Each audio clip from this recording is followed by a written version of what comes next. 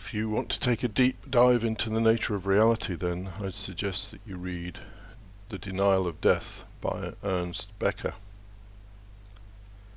Man, what a book. He doesn't pull any punches.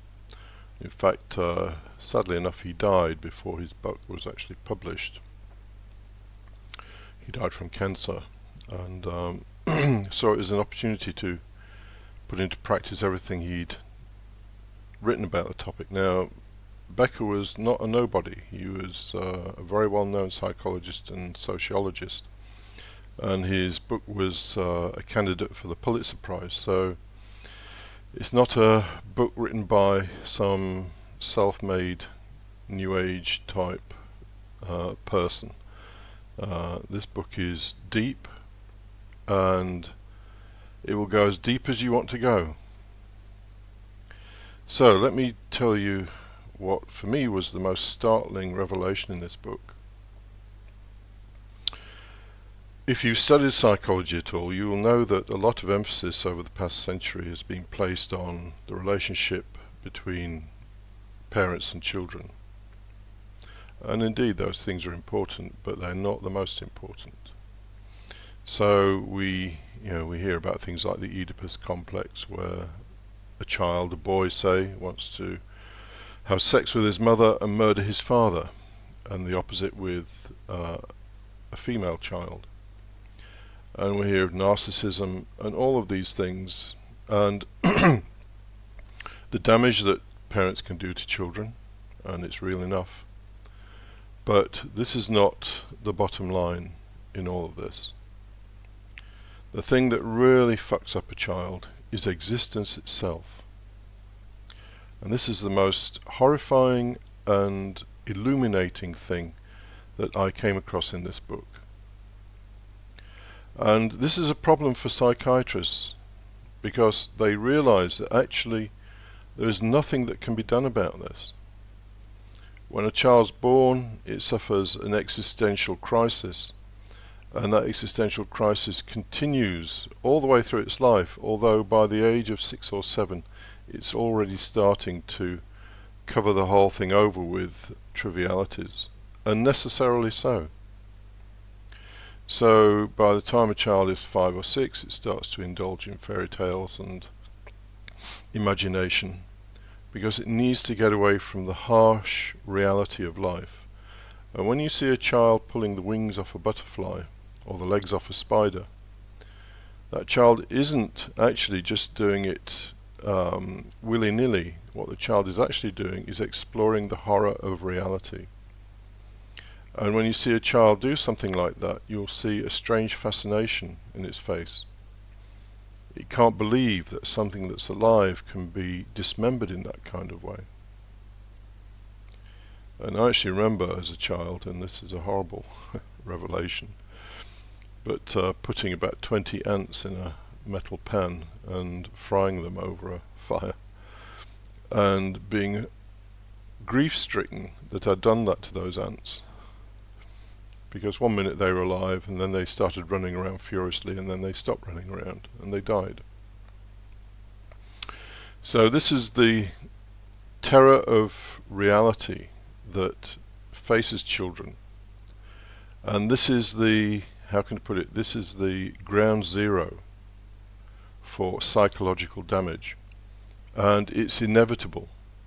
There's nothing we can do about it. This is the great dilemma for psychiatrists today, that they know that in the main the damage that is done to us through life, through the terror of life, is not something that can be repaired. Now the way we deal with this is very, very well outlined in the document by Zapfa. It's called The Last Messiah, and Zapfa very, very articulately details the things that we can do to effectively sublimate this terror of life.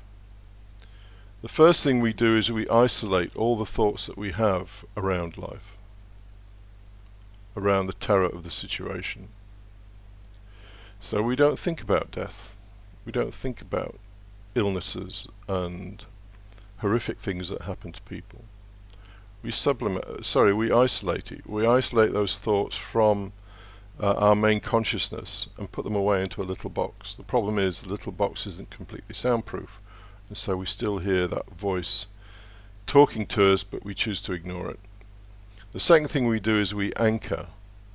We find something to base our life around, which might be an ambition to be a millionaire, to be a great musician, to be a great physicist, or whatever, to be a celebrity.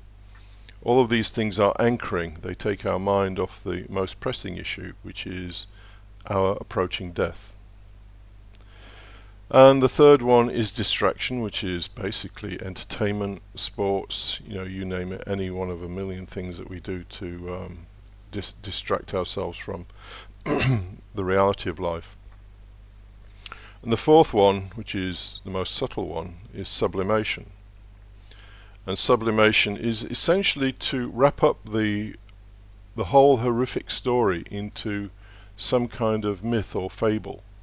And it may be that you could see Christianity like that. That it's all a pile of crap, but actually we're going to be saved, or there's some deliverance after death, or whatever. So we sublimate the whole thing. So back to the book by Becker. He quotes Frederick Perls quite extensively. Now, Frederick Perls was the founder of the Gestalt movement, and for various reasons I became very familiar with the Gestalt methods a couple of decades ago, actually, and even went for some training. And Gestalt is very, very deep, very deep. In fact, it's worth reading Perls' books. They'll give you some astonishing insights into life. But Perls said that there are 4 levels of existence for a human being. The top 2 are the ones where we live all our life. They're the superficial things, just ordinary interactions with other people, our fascinations, our hobbies, our life aims, all the superficial stuff that we build to detract ourselves from the reality of life. And then you come down to a layer, so those are the top 2 layers, and you come down to a layer, the third layer, which is the realization of our emptiness. And this is a hard one for most people to face. In fact, the reason they distract themselves so much is that they simply do not want to go into that pain of realizing their own emptiness, their own nothingness. Something that Gurdjieff talked about a great deal. But there's a layer below that one, and that layer is the terror of death. And almost no one goes down to that level because it's almost unbearable. As Gurdjieff said, a man cannot contemplate in sincerity his own death because it's just too horrific. I'll have more to say on that in a moment. So the death terror is the ultimate, the ultimate barrier to seeing reality. And it's almost like 2 north poles repelling each other, our ordinary consciousness and this consciousness of this terror of death. And so that's a very, very profound insight. And as I've mentioned, Becker goes into, to a large extent, for me a little bit too much in actual fact, but he goes into the history of psychology over the past 150 years. And he focuses a great deal on Freud, as you would expect. And Freud, as you know, considered that the main neurosis was around sexuality, and that all of our deviant behavior was some response to our sexual inhibitions and to our sexual repression. Towards the end of his life, Freud changed his mind about that and realized that the the main terror, the main cause of our neurosis, was actually the terror of life. Not even the terror of death, but the terror of life. And his work was complemented by many others who are mentioned in the book. And today psychiatrists know that basically is the problem that cannot be got around.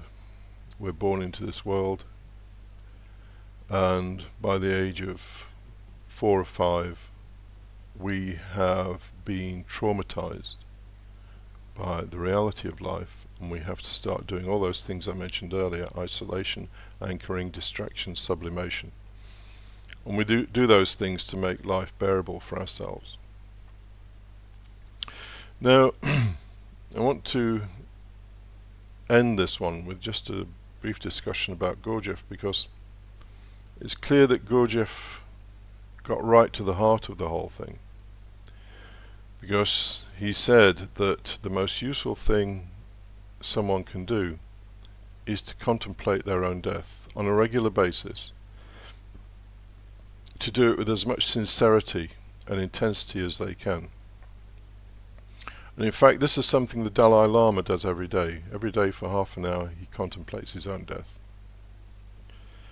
And there's a long tradition here in the Tao Te Ching. It says a man that goes to his death with his eyes closed is in a pretty sorry state. So Gurdjieff's insistence that we contemplate our own death on a regular basis is actually very great wisdom, because what we do is we effectively square up to the terror that sits within us, and maybe eventually we find that that terror is not quite as horrific as we thought, and is not as damaging as actually trying to evade it. The evasion of it is more damaging than the realization of it. So if you are interested in reality, in facing up to your own existential terror, then Mr. Gurdjieff's advice is very, very good advice. It's something I do every day, and it creates a certain inner strength, and you would expect it to do that, because actually this terror of death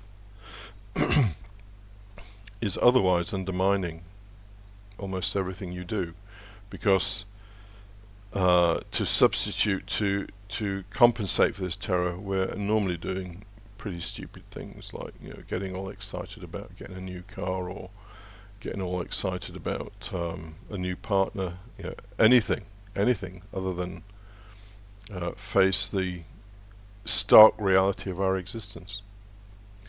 Anyway, the book by Becker, The Denial of Death, is very highly recommended. For me personally, there are some chapters that just drone on a little bit too much about Freud and the history of Freud, but other than that, be prepared to be shocked to the core of your being, and hopefully that will have some beneficial effects for you.